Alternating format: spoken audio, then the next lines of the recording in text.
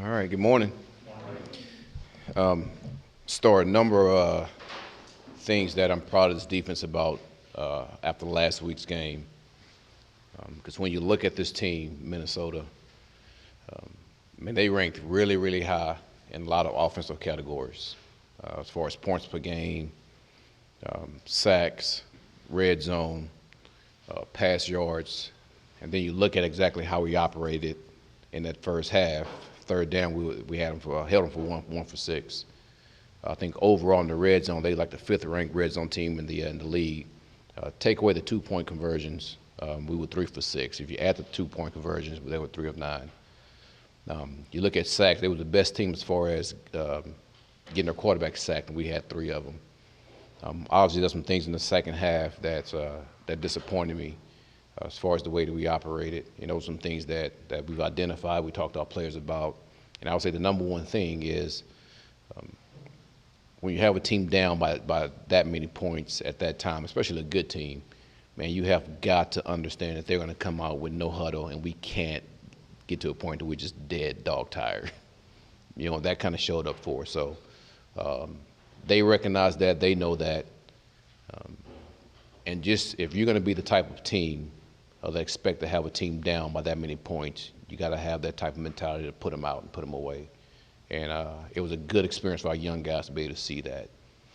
So it was a lot of things, again, that I was proud of. I mean, the two-point conversions, man, it was huge for our guys to go out there and fight and be to win those situations. And, man, we're just going to, continue to get better, right? And you just see it every week. This team is getting better, right? Overall, too, because that was a really good complementary game, talking about offense, defense, and special teams.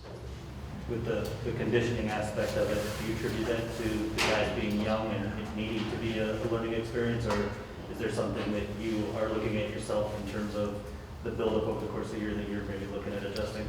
Well, the funny thing about that is we've played a number of plays the last couple of games, and you would think that we would be in high-level condition, but we weren't, and I think that has a lot to do with what you said was youth. And just understanding the situation, understanding how your body needs to react in those situations. With a lot of young guys that we have, even though it wasn't hurry up, they treated it like it was hurry up. So everything about them was going fast when it didn't have to be. So I'm really glad that it happened because I told our guys, listen, we need to get used to doing that because I expect us to be in those type of games.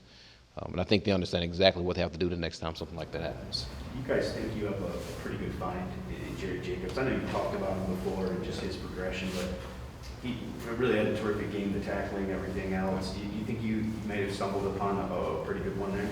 Well, I mean, you got to give credit to our scouting department of bringing a guy like that in. That was a guy that we looked at together as a player that we wanted. I mean, you never know. I mean, we all know. I don't care if it's a first-round pick to a seventh-round pick to a free agent. You never know what you're going to get until you get the guy in. And we knew that we had something. We didn't know he was going to be who he is right now. But again, I mean, there's a long way for that player to go. So you got to be excited to have a player like that that's playing as well as he is. And he's still young and he has a lot more to learn. So we're excited about that player. You mentioned the guy last week and just the bigger body. He seems built to last too. Yeah. The cornerback can be a position that takes a lot of pounding and injuries occur. So that's got to be good. Absolutely. When you have a guy that's 200 pounds and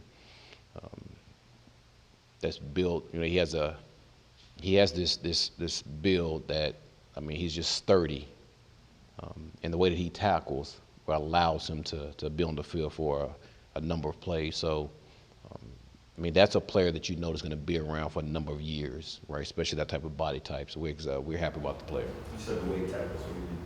Man, he's a pretty ferocious tackler, right? When you watch him, I mean, he has a couple of different type of tackles that he likes to use, right? He can shoot you low or he can stay up high, right? And the thing is, he has the arm strength and the hand strength to be able to wrap and grab and bring you down. So there's a number of different things about that player, a number of different traits that he that he continues to show us each week, which is good. I don't know if you meant the way that he tackles, the style.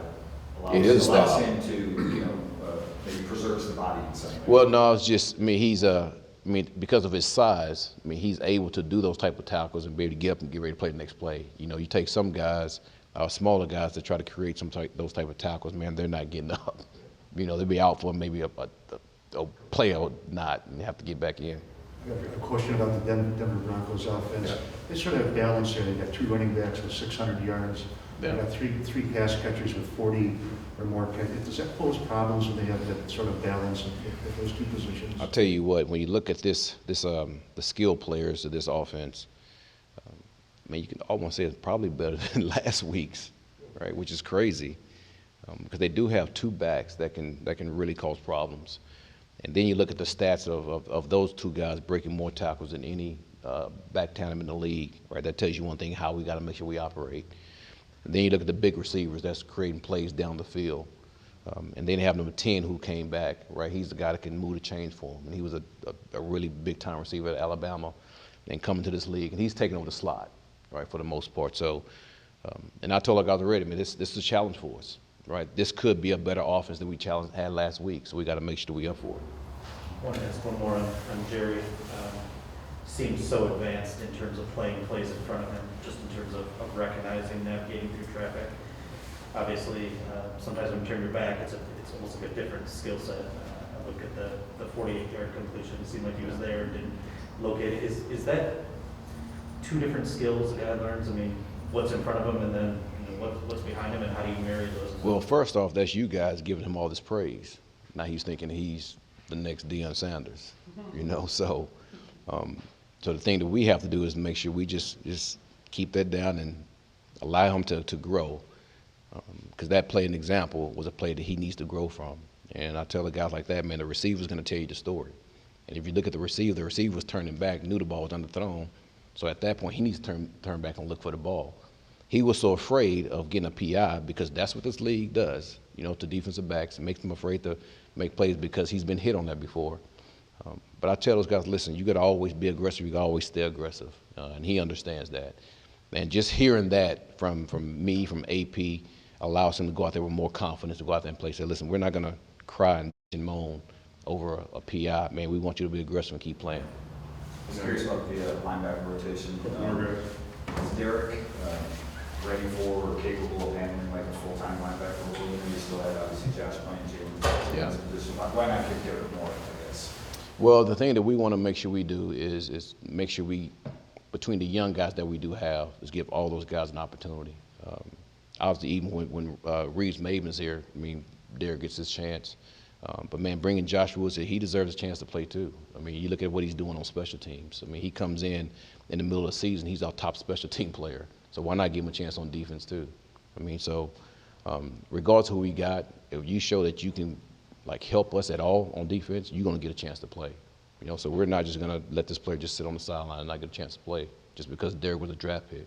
I mean, you earn your keep around here. Sorry, is Derek, you still project Derek as being, I mean, you know, a 3-down linebacker, nickel back, is everything that you need? I expect Derek to be a really good player for us. So whatever capacity that is, he's going to be a good player for us. Is part of it that he might be better kind of fit at the middle linebacker position where you've already got Alex? Say it one more time. Is part of it that you might view him more as a better fit as the Mike where Alex obviously kind of has that on lockdown? Well, the thing about like all 3 of those guys is they rotate us playing, we call it the buck, the mac, and the dime. You know, so that's the good thing about all 3 of them, that they can play any spot.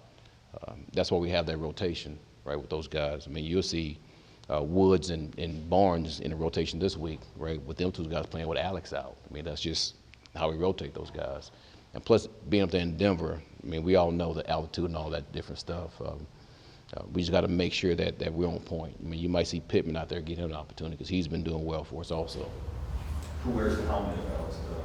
Who wears the headset? It'll be Barnes. Barnes, yeah. So would he play every snap? Can't say that. Okay. Can't say that. I guess they could just one of them on the field. There you go. You answered your own question. Yeah, Coach, I want to ask this all year. You were talking about sturdiness. So I think your record, your first 13 seasons, I think you missed 6 games or whatever it was. How do you stay healthy so long in the NFL? Oh, man. I think it was Luck. 6 out of 13 or something. Luck. Because I'm not built like Jerry. You know, so, and I would I mean, to me, taking care of your body in this league is the number one thing because that's your temple, all right? And that's how you make your money, all right? And that's how you help your team.